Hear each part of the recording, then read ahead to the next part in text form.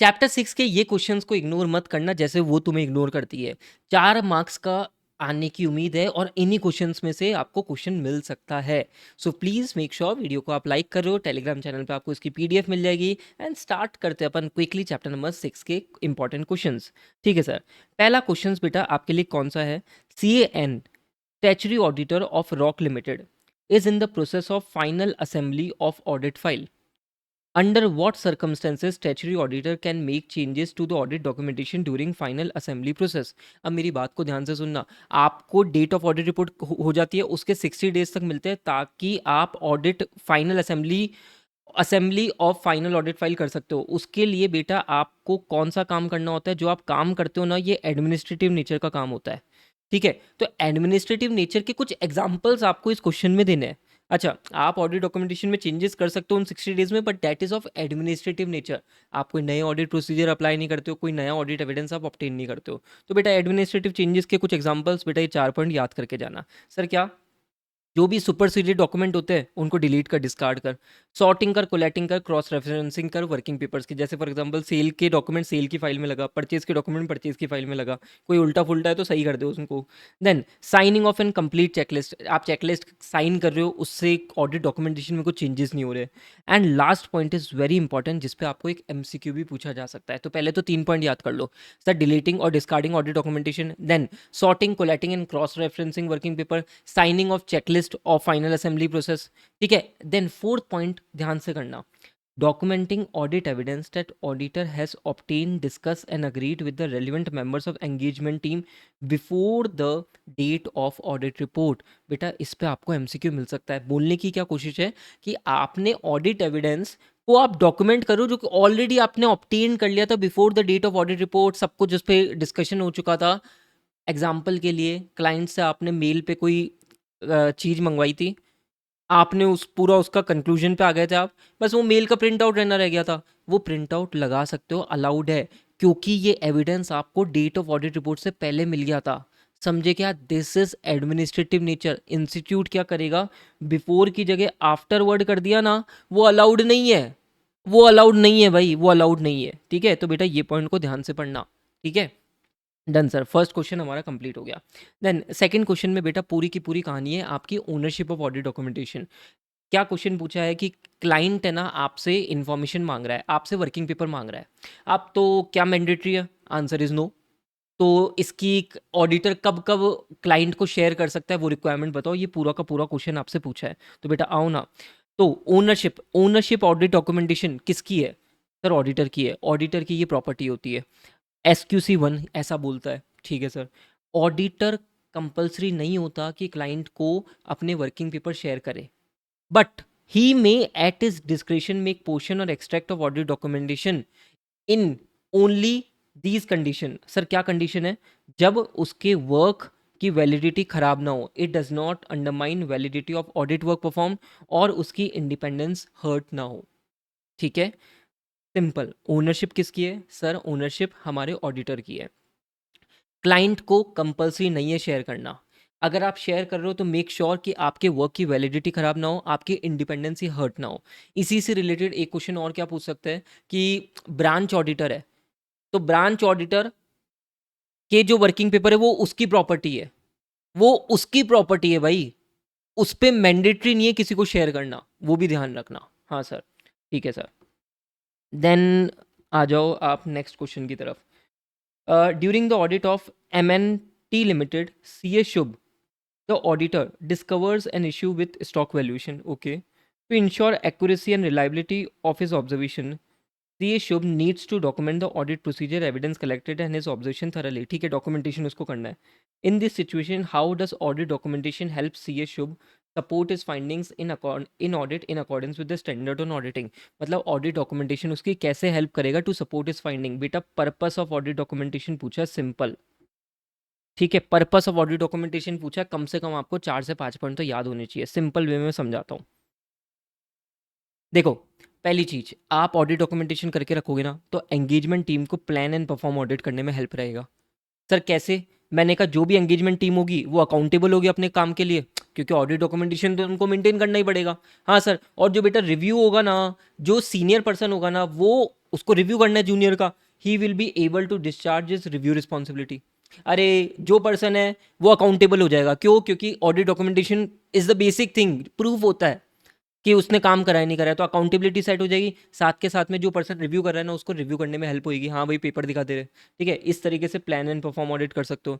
साथ के साथ में आप क्या कर सकते हो, जो भी सिग्निफिकेंट मैटर्स होते हैं ना, वो आप उसको रिकॉर्ड कर रहे हो ना, तो आप उसको रिटेन कर लो भाई, ठीक है, ताकि वो फ्यूचर ऑडिट में काम आ जाए। ऐसा तो ना है कि भाई एक ही बार ऑडिट होती है, फर्स्ट ईयर ऑडिट करी अगले साल भी ऑडिट करो, सपोज करो, हाँ सर। देन इससे क्या होगा, सपोज करो EQCR वाला पर्सन आपका रिव्यू करने आया है, तो उसको हेल्प मिलेगी, हाँ भाई ऑडिट डॉक्यूमेंटेशन ने आपका ये भी काम कर दिया कि EQCR का रिव्यू आराम से हो गया। देन कोई एक्सटर्नल इंस्पेक्शन आप पे बैठ गया, then again audit documentation will support, क्योंकि बेटा ऑडिट डॉक्यूमेंटेशन एक ऐसी चीज़ है जिसके बेसिस पे ही तुम्हारा काम अच्छे से हुआ है नहीं हुआ है वो प्रूफ होता है, ठीक है। तो सिंपल 6 पॉइंट कैसे कैसे ध्यान रखोगे सर? पहला, assisting engagement team to plan and perform the audit. इससे 2 पॉइंट आपके निकल के आएंगे, एंगेजमेंट टीम की अकाउंटेबिलिटी सेट हो जाती है, साथ के साथ में जो सीनियर पर्सन होता है ना, वो जूनियर पर्सन को रिव्यू कर सकता है, मतलब he is able to discharge is review responsibility. Then आप सिग्निफिकेंट मैटर जो भी है उनका रिकॉर्ड रख लो for future audit. Then EQCR का रिव्यू इंस्पेक्शन आराम से हो सकता है, कोई एक्सटर्नल इंस्पेक्शन है उसका भी आराम से रिव्यू हो सकता है, वो भी आराम से मतलब इंस्पेक्शन कर सकता है, ठीक है बेटा। ये 6 में से कम 4 से 5 पॉइंट तो याद करके जाना, okay sir. Then this is important question, exam में शायद ही पूछा हुआ है, मेरे को ध्यान नहीं है कि ये क्वेश्चन पूछा हुआ है नहीं पूछा हुआ है, मेरे को लग रहा है कि इस बार आ सकता है। सर क्या क्वेश्चन है? Audit documentation summary may facilitate effective and efficient review and inspection of audit documentation, particularly for large and complex audit. Explain बेटा, ये लाइन अगर लिखी हुई आ गई ना, तो बहुत सारे बच्चे हो जिन्होंने ये टॉपिक नहीं पढ़ा है ना, वो तो ये पढ़ भी नहीं पाएंगे, पकड़ भी नहीं पाएंगे कि किससे रिलेटेड टॉपिक है। ऑडिट डॉक्यूमेंटेशन समरी किससे रिलेटेड टॉपिक है भाई? ये कंप्लीशन मेमोरेंडम, आपको वो एक्सप्लेन करना है, कंप्लीशन मेमोरेंडम। तो आ जाओ, कंप्लीशन मेमोरेंडम किधर गए भाई तुम?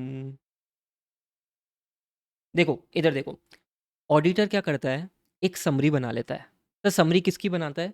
सिग्निफिकेंट मैटर जो भी ऑडिट में उसको मिले थे और उसने कैसे उसको एड्रेस करा था, उसकी एक समरी बना लेता है, जिसको अपन प्यार से क्या बोलते हैं, कंप्लीशन मेमोरेंडम। बोलो, ऑडिटर क्या करता है सर? ऑडिट डॉक्यूमेंटेशन में सिग्निफिकेंट मैटर्स जो भी उसको मिले थे प्लस कैसे उसने एड्रेस करा था उसकी समरी बना लेता है। इससे सर फायदा क्या होता है? सर इससे फायदा ये होता है कि effective review of significant matter हो जाता है, particularly in listed and complex entity. जैसे कोई EQCR वाला बंदा आया, उसके लिए तो बड़ा इजी हो गया ना, हाँ भाई समरी दिखा यार तेरी कौन कौन से सिग्निफिकेंट मैटर है। Second, it is a record for future audit. And third, auditor को ये फाइंड करने में हेल्प होती है कि कोई इंडिविजुअल स्टैंडर्ड के ऑब्जेक्टिव उससे मिस तो नहीं हो गए। क्या तुम्हें ये बात आपको समझ में आती है? बोलो ना भाई सर, क्या होता है सर, एक बार वापस रिपीट करा दो। मैंने कहा ऑडिटर क्या करेगा, एक समरी बना लेगा सिग्निफिकेंट मैटर्स जो भी उसको ऑडिट में मिले एंड कैसे उसने एड्रेस करा। फायदा क्या हुआ, एक तो इसने रिकॉर्ड कर लिया फॉर फ्यूचर ऑडिट, कोई भी पर्सन आएगा रिव्यू करने, it will help in easy review, particularly for listed and complex entity. और साथ के साथ में ये पॉइंट बच्चे भूल जाते हैं, अगर कोई इंडिविजुअल स्टैंडर्ड का ऑब्जेक्टिव ऑडिटर मिस नहीं कर जाए, ये हेल्प करेगा समरी, ठीक है। डन सर, क्लैरिटी है सर। देन ऐसे का क्वेश्चन है ना, देन भाई ये क्वेश्चन तो भारी क्वेश्चन है, इस पे थोड़ा सा आराम से करेंगे। Judging significance of a matter requires an objective analysis. इस पे MCQ आ सकता है, सब्जेक्टिव नहीं होता, ऑब्जेक्टिव होता है। Analysis of the fact and circumstances, documentation of professional judgment made where significance serves to explain the auditor conclusion and to reinforce the quality of the judgment, explain with the help of example। मतलब बोलने की क्या कोशिश कर रहा है कि matter कौन सा मैटर सिग्निफिकेंट है, उसके कुछ एग्जांपल्स दो ना। मतलब examples of significant matters that give rise to the significant risk, इनको अपन को एक्सप्लेन करना है साथ में। और प्रोफेशनल जजमेंट कौन से एरिया में ऑडिटर यूज कर रहा है, उसके कुछ अपन को सर्कमस्टेंसेस बताने हैं, ठीक है। क्वेश्चन की जो आंसर है ना बेटा, आंसर आपको यही लिख के आना पड़ेगा, रीजन बीइंग एक्सपर्ट जो हमारे कॉपी चेकर है ना, उनको यही मिलेगा, है ना। तो थोड़ा सा अच्छे से करना मेरे साथ में ये question. So documentation of significant matter and significant professional judgement. पहला है डॉक्यूमेंटेशन ऑफ सिग्निफिकेंट मैटर। इसके कुछ एग्जांपल्स दे रखे हैं, ठीक है। तो सिंपल सिंपल क्या है, कुछ एग्जांपल्स क्या दे रखे हैं सर। पहला एग्जांपल है result of audit procedure indicating. Auditor ने ऑडिट प्रोसीजर लगाया, उससे ये लग रहा है कि financial statement are not free from material misstatement, मतलब मैटर सीरियस ही है ना यार जब मिसस्टेटमेंट है। एंड दूसरा, देर इज अ सिचुएशन जहाँ पे ऑडिटर अपना रोमम रिवाइज करेगा, फर्दर ऑडिट प्रोसीजर रिवाइज करेगा, मतलब मैटर सीरियस ही दिख रहा है तुम्हें, तभी तो रोमम रिवाइज करने की बात हो रही है, फर्दर ऑडिट प्रोसीजर रिवाइज करने की बातें हो रही है। F S are not free from material misstatement, okay sir. Then कोई ऐसा मैटर है जिसके कारण ऑडिटर या तो मॉडिफिकेशन करेगा या emphasis of matter paragraph audit report में डालेगा, ठीक है। या ऐसा कोई पर्टिकुलर मैटर हुआ है जहां पे ऑडिटर को डिफिकल्टी हो रही है इन अप्लाइंग ऑडिट प्रोसीजर और अनेबल टू ऑब्टेन और he is unable to obtain sufficient appropriate audit evidence, ठीक है। ये तो है बेटा सिग्निफिकेंट मैटर्स के कुछ एग्जांपल। सर वापस बताओ ना, मैंने कहा ऑडिट प्रोसीजर तुमने अप्लाई करे, उसके बेसिस पे ये लग रहा है कि गड़बड़ है दया। दूसरा, तुम्हें रोमम रिवाइज करने की जरूरत पड़ रही है, फर्दर ऑडिट प्रोसीजर रिवाइज करने की जरूरत पड़ रही है, मतलब यार obviously situation is little critical. Then कुछ मैटर्स के कारण तुम ईओएम पैराग्राफ या मॉडिफिकेशन कर रहे हो, या तुम्हें डिफिकल्टी हो रही है इन अप्लाइंग ऑडिट प्रोसीजर्स, ठीक है सर, इजी है ये तो। देन ऑडिटर को क्या होता है, जैसे form content and extent of audit documentation होता है ना, इसके लिए ऑडिटर अपना प्रोफेशनल जजमेंट यूज करता है, ठीक है। अब क्वेश्चन कैसा आ सकता है, examples of matter where audit documentation should be done of matters auditor considered in his professional judgement. मतलब ऑडिटर प्रोफेशनल जजमेंट यूज कर रहे हैं ना, तो कौन से मैटर्स को वो कंसीडर्ड करेगा, ठीक है। तो इसके लिए कुछ पॉइंट्स दे रखे हैं जो कि थोड़े से टेक्निकल है सर। क्या है, आपको मैं कोशिश करूंगा याद करवा दूं। पहला, matters and judgement are significant, ठीक है। दूसरा, rational for auditor conclusion when requirement provides to consider certain matters.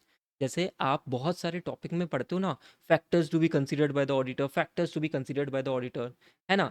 तो ऑडिटर कंक्लूजन पे आया, उसका रैशनल ऑडिटर को डॉक्यूमेंटेशन करके रखना पड़ेगा। मतलब when requirement provide to consider certain factor, जब ऐसे केसेस होते हैं ना, when auditor need to consider certain factors, ऐसे केसेस में आपको उसका डॉक्यूमेंटेशन करके रखना पड़ेगा, ऑडिटर कैसे कंक्लूजन पे आया, ठीक है। दूसरा, ऑडिटर का कंक्लूजन का बेसिस आपको डॉक्यूमेंटेशन करना पड़ेगा। सर कब, जब मुझे एक चीज बताओ, आपको समझ में आता है एस्टिमेट्स जब भी इन्वॉल्व होते हैं तो मैनेजमेंट अपना जजमेंट लेता है, वहां पे सब्जेक्टिविटी इन्वॉल्व होती है। तो मैनेजमेंट के अजम्पशंस रीजनेबल है क्या, ऑडिटर कैसे इस कंक्लूजन पे आया, उसको ये डॉक्यूमेंट करना पड़ेगा, समझे। अकाउंटिंग एस्टिमेट्स, मैनेजमेंट वहां पे जजमेंट ले रहा है, सब्जेक्टिविटी इन्वॉल्व है। हाँ सर, तो क्या वो रीजनेबल है, क्या वो अजम्पशंस मैनेजमेंट ने रीजनेबल नहीं है, क्या ऑडिटर कैसे कंक्लूड कर रहा है, he need to document this. And third, auditor कैसे कंक्लूड कर रहा है authenticity of the document. Sir authenticity of document तो स्कोप ऑफ ऑडिट में आता ही नहीं। मैंने कहा नहीं आता, कोई बात नहीं, सुन मेरी बात, स्कोप ऑफ ऑडिट में ऑथेंटिसिटी ऑफ डॉक्यूमेंट नहीं आता। बट क्या हुआ था, जब ऑडिटर ने ऑडिट प्रोसीजर अप्लाई करे थे ना, तो वहां पे डाउट आया कुछ, वहां पे उसको कुछ मिल गया ऐसा कि ऑथेंटिसिटी ऑफ डॉक्यूमेंट पे क्वेश्चन मार्क उठ गया। तो फाइनली ऑडिटर कैसे कंक्लूजन पाया कि यस डॉक्यूमेंटेशन के ऑडिट जो भी डॉक्यूमेंटेशन है उसकी ऑथेंटिसिटी मेंटेन है, वो कैसे कंक्लूजन पे आया, समझे क्या। इजी फॉर्म में मैंने आपको ये 3 पॉइंट कराने की कोशिश करी है। मेक श्योर आप एक बार क्विकली इसको कर रहे हो, मेरी मानो ना तो एक बार लिख के प्रैक्टिस कर लेना, अदरवाइज एग्जाम में थोड़ी सी दिक्कत हो सकती है इस पॉइंट को लिखने में, ठीक है। डन, मेक श्योर आप वीडियो को लाइक कर रहे हो, एंड आगे भी अपनी ये सीरीज चलती रहेगी, सीरीज बंद नहीं होगी, ठीक है। Thank you.